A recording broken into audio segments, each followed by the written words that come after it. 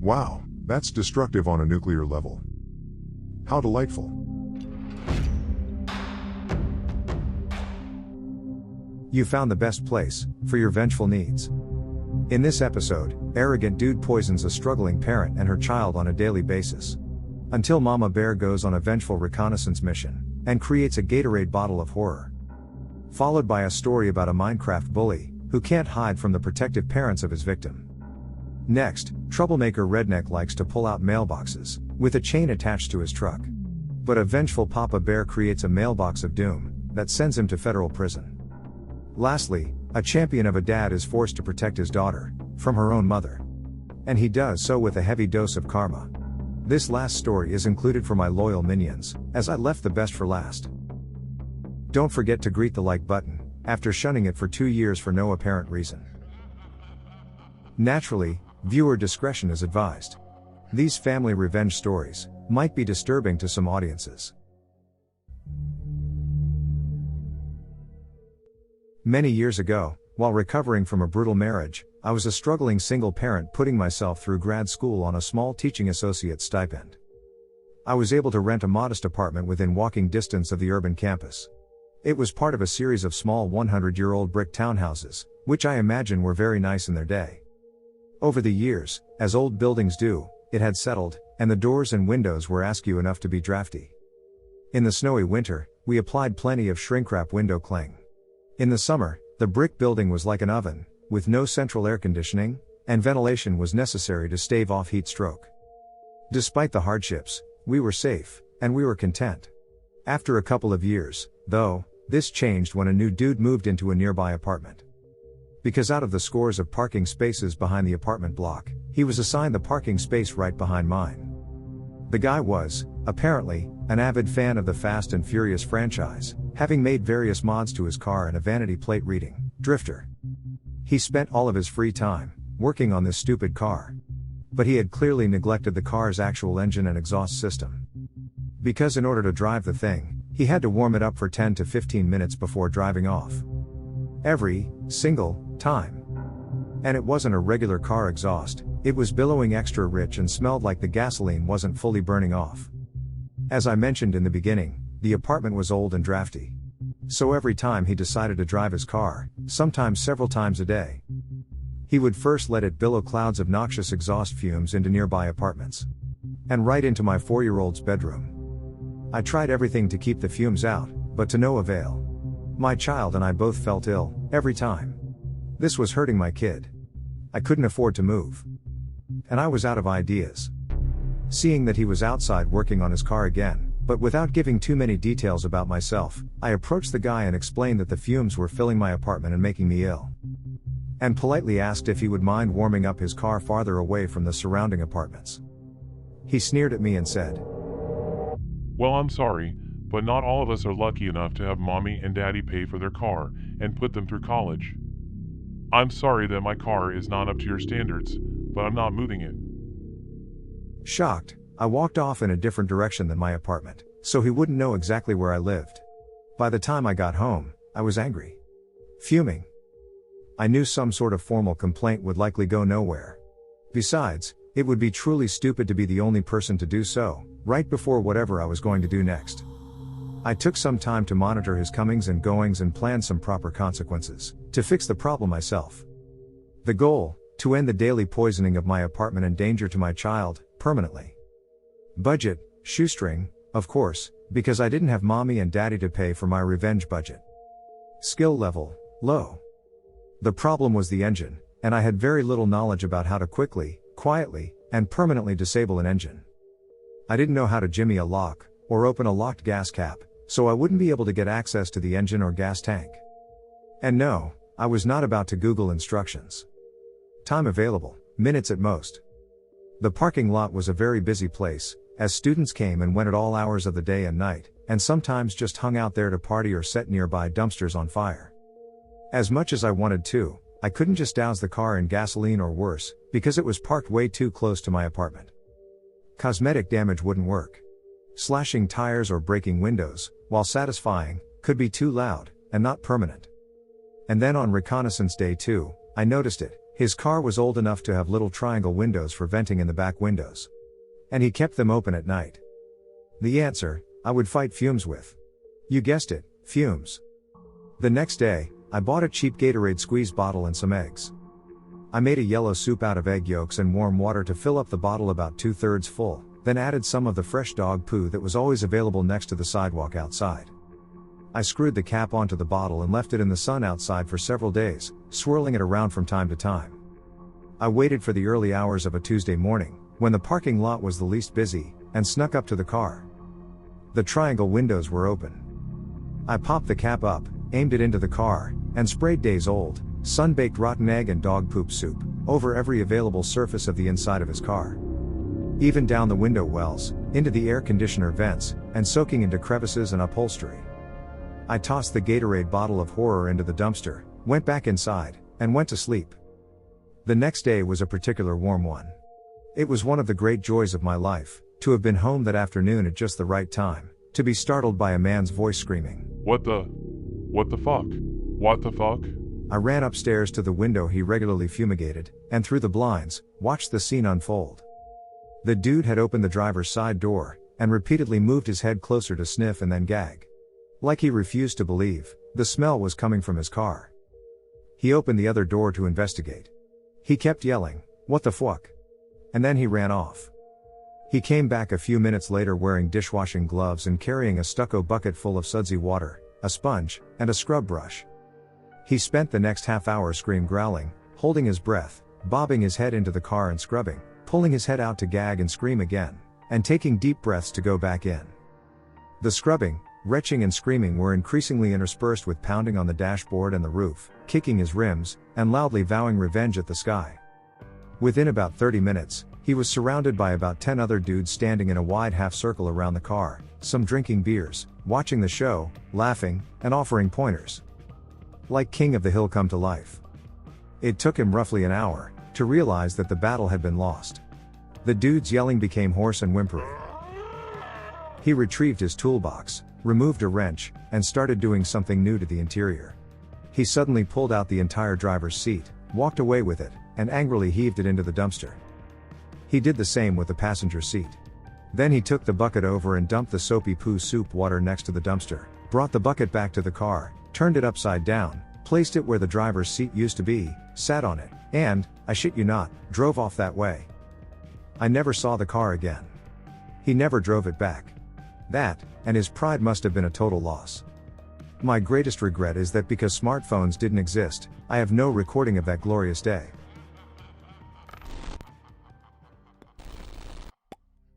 So, my daughter, who was about 8 at the time, was really into Minecraft, as most kids are these days. Also desperately wanting to join the YouTube/Let's Play culture, I had installed some screen recording software that would let her make videos of the games she was playing, so she could later upload them to YouTube. Anyways, one day I'm minding my own business, when I hear her quietly sniffling over on the computer. I asked her what was wrong, but she didn't want to tell me, so I let it go, but decided to keep an eye on her. A few minutes later I discovered what was happening. Someone was harassing not only her, but also all the other kids playing on whatever server she was on. This kid, we'll call him Crappy, was saying horrible things about how he was going to hurt my 8-year-old daughter. She told him how old she was, hoping he would stop. He told her how he was going to hack into her IP and steal all her info, swearing profusely. Remember, this is a game for kids. By this time I had gotten my fiancée involved, and she was also obviously quite upset at what a little douche this kid was being. We realized that our daughter had been recording the entire incident, and a plan began to form. I started by Googling Crappy's username. There were several hits immediately, the most interesting of which involved a page where he was publicly applying to be a mod for a server on Minecraft. I was able to learn a lot about this little disappointment. He claimed to be 15, likes hockey, used to live in Toronto but now lives in Florida. But the bombshell was easily his Skype contact info. It was literally his first name with his last name. I know your name now, you little fartface. So I head over to Facebook and search for the name. Nothing. On a hunch, I searched for just the last name, while narrowing my results to only the state of Florida. Several dozen hits. So I have to start combing through each one, until I find what I was looking for, a middle-aged man with the same last name, whose profile indicates he was born in Toronto and now lives in Florida. I found your dad, Crappy. So I sent him a message on Facebook, asking if he had a son named such and such, who goes by his username on Minecraft. Dad confirmed I had the right guy. So my wife begins telling the dad everything that Crappy was saying to my daughter, and we sent him the recorded video as proof. Radio silence for a few days. Then we got the message back. Crappy had his computer taken away from him for the entire summer, and had also been lying about his age. He was only 11, I think. His parents were absolutely livid with him, and he surely hated the next few months of his life. No one hurts my daughter.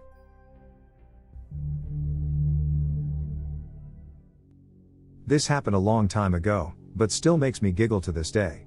So way back in the day, mid-90s or so, my family lived in a log cabin on 10 acres of land in a rural area, 10 minutes or so out of town. It wasn't totally the sticks, but you could definitely hear banjo music in the background sometimes. At the end of our nearly 1/4 mile long driveway, was one of those roads that was also technically a state highway. In the I'd trudge down to wait for the bus. When I got home I'd grab the mail and carry it back. Until one Monday morning, when I went out and noticed the mailbox was gone. On closer inspection, it looked like it had just been ripped out of the ground. Dad was obviously not pleased. He went to talk with the county sheriff, who happened to live a mile down the road. Turns out, it had been happening up and down the road for months. Someone was tossing a chain over mailboxes and yanking them out with their vehicle. He suspected a guy down the road, with his great big lifted 4WD truck, but couldn't prove anything. It usually happened on Saturday and Sunday nights, with people finding out in the morning. Also seems the nicer the mailbox the bigger a target, and many had been hit multiple times. People had tried digging deeper, using more durable wood, etc. The guy just took it as a challenge and ripped them out again. His truck was a monster. Well, Dad said, challenge fucking accepted. A bit about my father. He's a steel worker with an engineering background and graduate degree. Built like a bear, with forearms the size of my fricking legs. Most people looking at him would never think this monster of a man is also brilliant, but he is. The calm, cool type that almost never loses his temper. But wrong him, and God help you. So Dad goes to Lowe's and buys the fanciest, prettiest mailbox they sell. He then proceeds to install it on top of an 8 feet long cylinder of 3 inches diameter, hardened tool steel. And he wasn't done there. After digging down with post holes and dropping it in, he then filled it in with quickset concrete. To really sell it, he then used some wooden strips of 1/2 inch to cover the steel core of his now indestructible Mailbox of Doom. Primed and painted them so it looked like a standard 4 inches post. And even had my mom decorate it with flowers and such. He wanted it to be as tempting of a target as possible. Didn't even take a week. I went out for school in the morning and found the mailbox right where it should be. But attached to it was 30 feet of chain and an entire hitch assembly. Ripped right off the truck's frame, sheared the bolts. It was marvelous to behold. Sheriff gets called over, dies laughing when he sees it. He went to the house of the guy that was suspected, and sure enough, he verified that the damage to his truck matched. Fun fact, destroying a mailbox is a federal crime. As in, you go to federal prison, not those cushy state places. Dad was unofficially rewarded by the sheriff's department with a few cases of beer and some venison. And after that, every deputy in town would flash him a thumbs up whenever they saw him. To start off, this is a throwaway, as I don't want it to tie back to me. This is going to be a heavy one, so buckle up and you won't regret it. These events took place over several years. Let's get some backstory out of the way. So, Pepper and I had a very up and down marriage. It was one of those that I was madly in love with her, but looking back, I think she was in it more for the money and convenience. She had one son from before we got married, and I also had one son I had full custody of. Let's call her son Bernie. He was a major drug addict. While married, we had Sarah together. I toughed the marriage out for as long as I could, but eventually, we just couldn't keep it together. We separated, and due to traveling some for work and having custody of my son, I moved back to my hometown a few states away, so my parents could help. But I kept an apartment in the town that Pepper and Sarah lived in, so that I could still spend as much time with my daughter as I could. During this time, I asked my best friend Jason, who is a lawyer and owns his own firm, to create a child support agreement for us. It is very important to note that we only addressed child support. It had nothing in it about custody or visitation, or anything else like that. So, for about a year this was how it would work. I would spend a month with Sarah, while my parents watched my other son. After this, I would spend a month with my son. Almost exactly a year later, I could no longer afford keeping two households up and running, and Pepper wanted to move back to her hometown. Her hometown was in a different state, but closer to where I lived, so I gave up the apartment and she moved. The new situation continued for a couple more years. Pepper and I remained friendly and even tried to reconcile the relationship a couple of times, but it wouldn't work out. I was still deeply in love with her, but we couldn't come to an agreement on things like where to live and such. I forced myself to try and move on and started dating. She had been dating basically from the day after I moved out. Even though I still loved her, our relationship moved more into good friends than husband and wife. So, she finally meets Steve. I never was told much about Steve, other than he was a certified ethical hacker and that is what he did for employment. This will be important later. While they were dating, she would send me texts about their dates. She even texted me the day they first had sexy time together. This hurt deeply, and looking back, I think this is what she was actually aiming at, but I tried to play the part of good friend and confidant.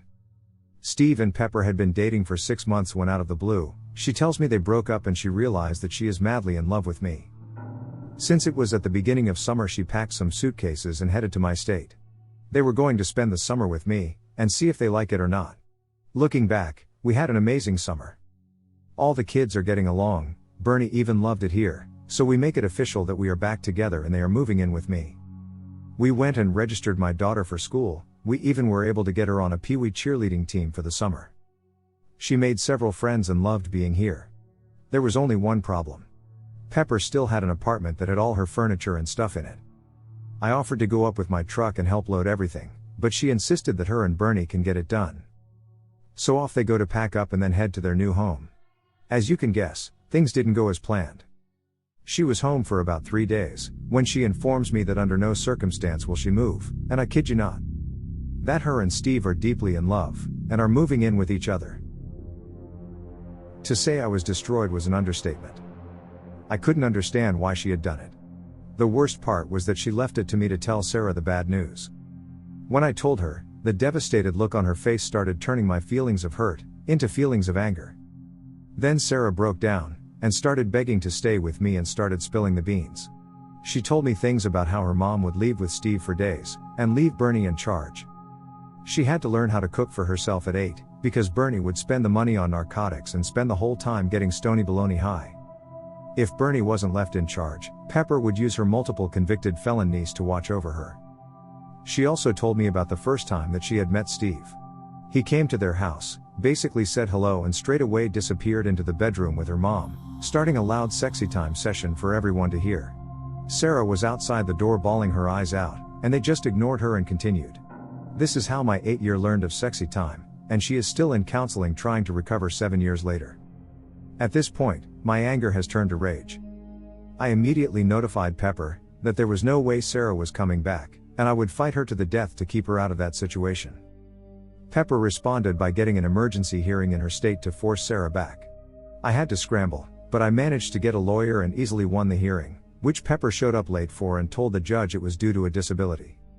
The judge agreed that since there was no custody agreement, and with the troubling accusations that I had gathered, it was best for Sarah to stay with me for the time being. I had won the first battle, but it was short-lived. Within an hour of the hearing, I started getting tons of phishing emails and texts. I was also getting password resets and MFA codes from my bank, Facebook, Reddit, and many other accounts. I knew that Steve was behind it. The very next day Jason calls. His law firm's website, email, and phone account had been hacked.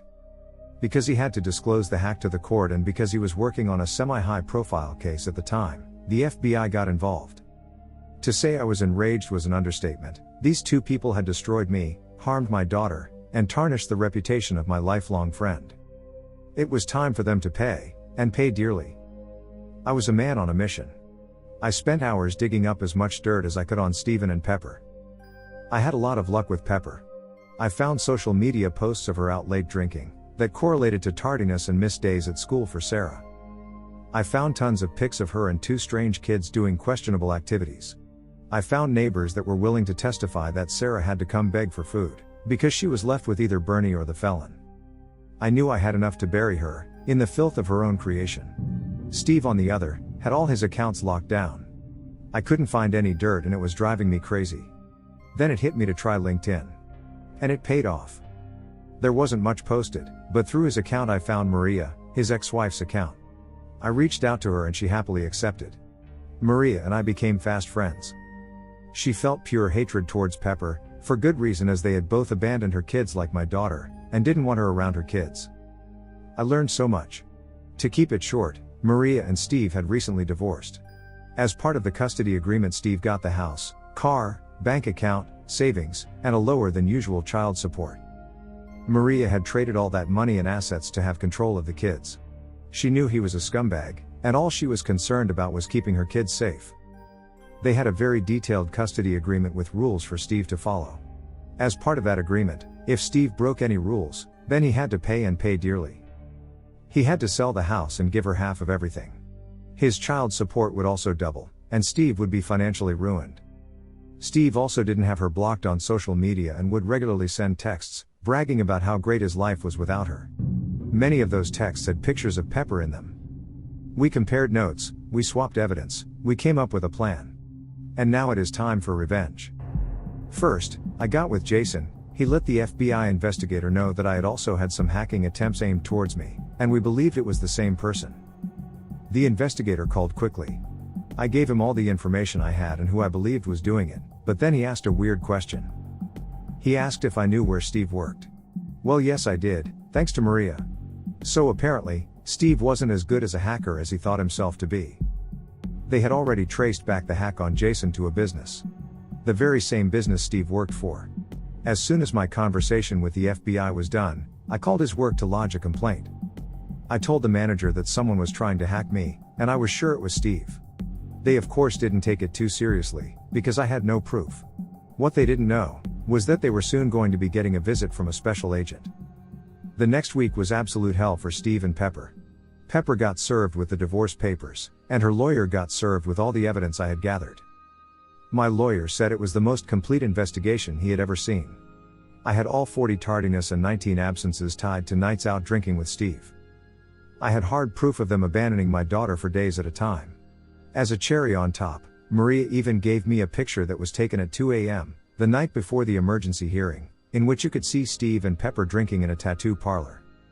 The same hearing, she was late to and said it was due to a disability. Steve got served that he had violated the entire custody agreement. Maria had pictures from me, proving he was with Pepper on nights the kids were with him, and they were left alone. She also had proof that there was contact with Pepper that violated the custody agreement. The fallout was awesome to watch.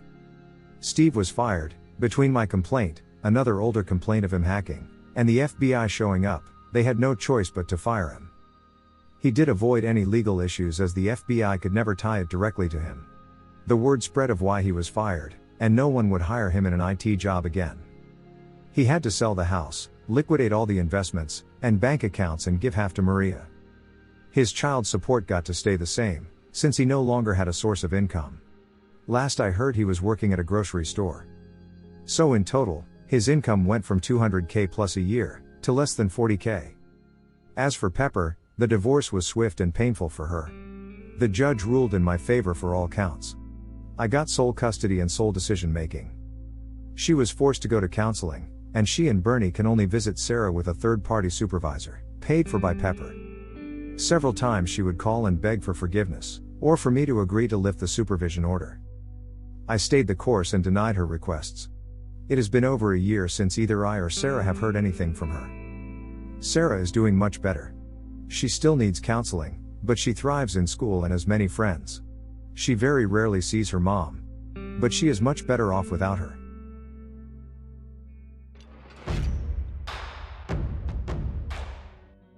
You stay till the end, which means you're the one I make these episodes for. I want to take this moment to thank you. I really appreciate you, because you bring me a great amount of joy.